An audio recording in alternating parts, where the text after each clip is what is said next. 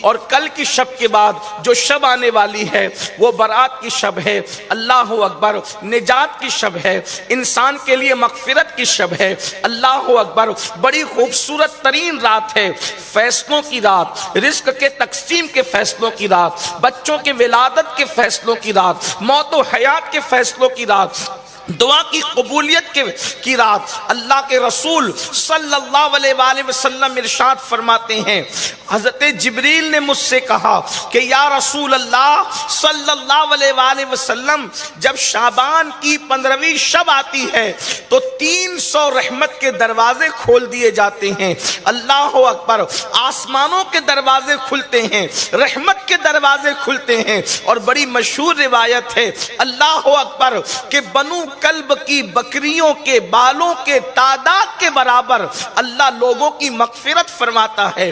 کتنے بندے بخشے جاتے ہیں، اللہ اکبر، غروب آفتاب سے لے کر کے صبح صادق تک اللہ کی رحمتوں کی چھما چھم برسات ہوتی ہے، اور اللہ کی طرف سے اعلان ہوتا ہے کوئی بندہ مغفرت کا طالب تاکہ اس کی مغفرت کی جائے، ہے کوئی بندہ روزی کا طالب تاکہ اس کو روزی عطا کی جائے، ہے کوئی بندہ دل کی مراد مانگنے والا تاکہ اس کی مراد پوری کی جائے۔ اندازہ فرمائیں، قدرت کی طرف سے خود اعلان ہو رہا ہے، اللہ اکبر، یہ کسی دنیا دار کا اعلان نہیں ہے کہ اعلان کرنے کے بعد مکر جائے، یہ کسی سیاسی انسان کا اعلان نہیں ہے کہ اعلان کے بعد بھی عطا نہ کرے، واللہ یہ میرے رب کا اعلان ہے، جس کے بارے میں اللہ نے خود فرمایا، قل صدق اللہ، اے محبوب آپ فرما دیں کہ اللہ سچا ہے۔ ایک مقام پر فرمایا ان اللہ لا یخلف المیعاد،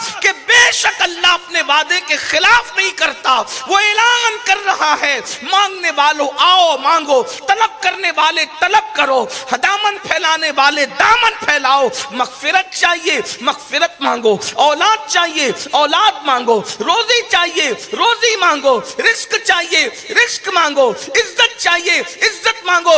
ارشاد ہوتا ہے آج جو مانگو گے تمہاری جھولیاں بھری جائے گی۔ اللہ اکبر، کتنی خوبصورت رات آنے والی ہے، بخشش کی رات، عطا کی رات۔ میرے آقا علیہ الصلوۃ والتسلیم کے پیارے دیوانوں، اس ماحول کے اندر ہمیں تو زیادہ گڑ گڑانے کی ضرورت ہے، زیادہ طلب کرنے کی ضرورت ہے۔ آج کل لوگ پوچھتے ہیں ایسے حالات میں مسلمانوں کو کیا کرنا چاہیے، جبکہ دنیا کے اندر ہاہاکار مچا ہو، دنیا کے اندر طوفان بدتمیزی بپا ہو، دنیا کے اندر جرائم اللہ اکبر گھر گھر عام ہو، کہیں پر دھواں نکل رہا ہو بستی سے، کہیں پر لاشیں بکھر رہی ہو، کہیں پر اللہ اکبر تباہی مچی ہوئی ہو، کہیں پر انسانی خون سے ہولی کھیلی جا رہی ہو، کہیں پر بچوں کی جو ہے وہ آواز چیخ اور پکار سنی جا رہی ہو، کہیں پر گھر سے بے گھر کیا جا رہا ہو، کہیں پر چھت سے بے چھت کیا جا رہا ہو، کہیں پر دوپٹے چھینے جا رہے ہوں، کہیں پر آبرو لوٹی جا رہی ہو، کہیں پر انسانی خون جو ہے پانی سے بھی زیادہ سستا ہو گیا ہو، کہیں پر جانوروں کی تو اہمیت ہے انسانوں کی اہمیت نہ ہو، ایسے موقع پر کیا کیا جائے؟ اللہ اکبر، کسی بہت بڑے مفکر نے کہا تھا اللہ اللہ، جہاں گناہ ہے وہاں فنا ہے، جب انسان گناہ پر دلیر ہوتا ہے اس وقت آبادیاں تباہیوں میں کے اندر جو ہے ویرانوں کے اندر تبدیل ہوتی جاتی ہے۔ آبادیاں یوں ہی ویرانہ نہیں بنتی، آبادیاں یوں ہی ویرانیوں میں تبدیل نہیں ہوتی اس وقت تک جب تک کہ گناہ نہ ہو۔ گناہ بڑی خطرناک چیز ہے، جہاں گناہ ہے وہاں فنا ہے، گناہ ہمیشہ بربادی لاتا ہے، گناہ ہمیشہ تباہی لاتا ہے۔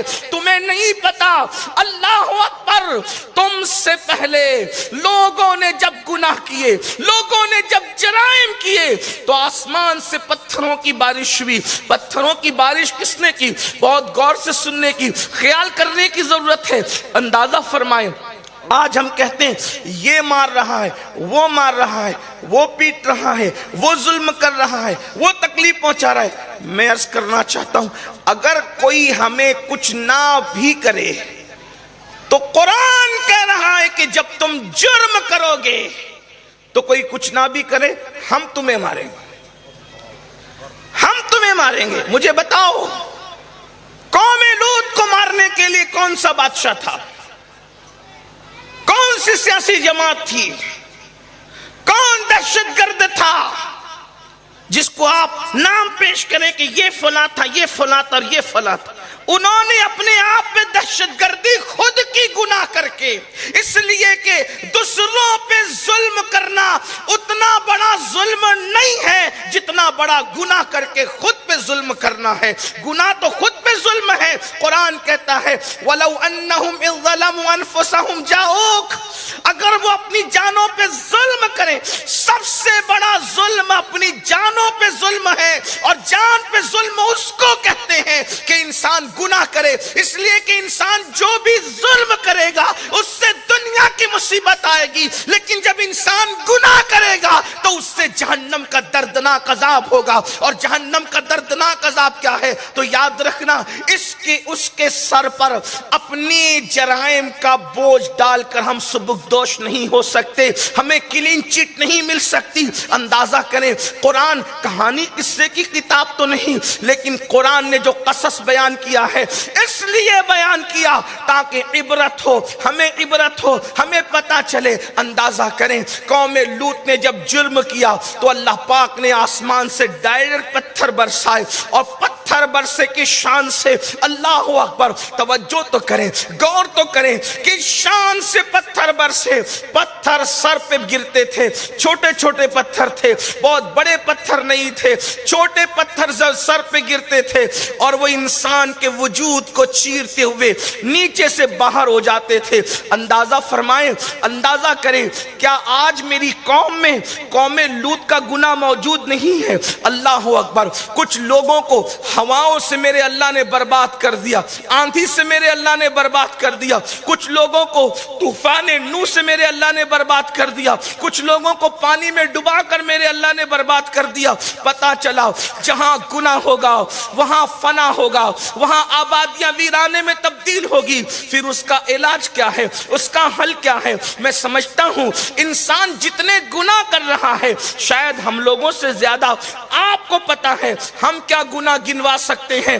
آپ کو جو گناہ کے بارے میں علم ہے، اللہ اکبر، قوم لوط کا عمل اس قوم کے اندر موجود، قوم عاد کا گناہ اس قوم کے اندر موجود، قوم سمود کا گناہ اس قوم کے اندر موجود، اللہ اکبر، قوم شعیب کا گناہ اس قوم کے اندر موجود، قوم نوح کا گناہ اس قوم کے اندر موجود۔ وہ کون سا گناہ ہے جو ہم نہیں کر رہے ہیں؟ یاد رکھنا، انہوں نے تو دو چار گناہ کیے، اور اس کے بعد ان پہ پتھر برس گئے، ان پہ ہوائیں آ گئی، ان پہ سیلاب آ گیا، ان پہ آندھیاں آ گئی، اللہ اکبر، ان پہ زلزلے آ گئے، ان پہ چنگاڑ آ گئی، اللہ اکبر، کبھی کبھی ان پہ جوؤں کا عذاب آیا، ان پر خون کا عذاب آیا، ان پر دیمک کا عذاب آیا، ان پر مینڈک کا عذاب آیا، طرح ان پہ الگ الگ قسم کے عذابات آتے رہے۔ لیکن مسلمانوں، آج اجتماعی طور پر ہم پر اس لیے عذاب نہیں آتا، اس لیے کہ ہمارے درمیان آمنہ کے لال مصطفیٰ جان رحمت اللہ کے محبوب موجود ہے،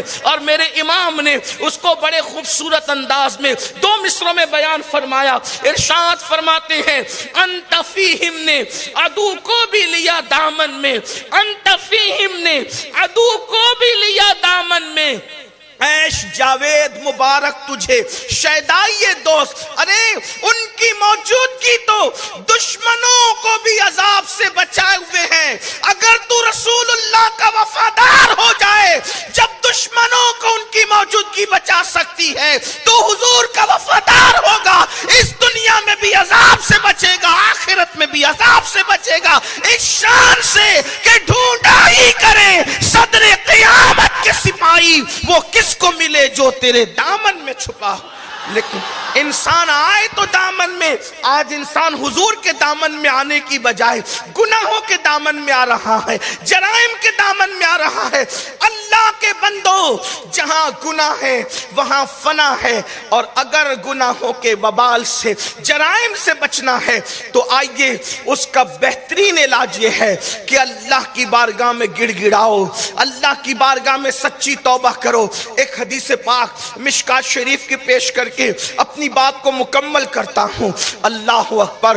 اللہ کے سچے نبی صادق و مصدوق مصطفیٰ کریم رؤوف الرحیم صلی اللہ علیہ وآلہ وسلم ارشاد فرماتے ہیں، حدیث پاک کا مفہوم ہے، حدیث قدسی ہے۔ اللہ پاک ارشاد فرماتا ہے، اللہ پاک کا فرمان ہے، ارشاد فرماتا ہے، وہ کہتا ہے کہ میں ہی اللہ ہوں، وہ کہتا ہے میں ہی اللہ ہوں، میں ہی معبود ہوں، اور ہم بے شک اس کا اقرار کرتے ہیں لا الہ الا اللہ۔ جواب دینے سب لوگ اللہ کہتا ہے میں ہی معبود ہوں، بے شک مولا تو ہی معبود ہے۔ سب کہیں لا الہ الا اللہ، بے شک تو ہی الہ ہے، تو ہی اللہ، اور تیرے سوا ہو بھی کون سکتا ہے؟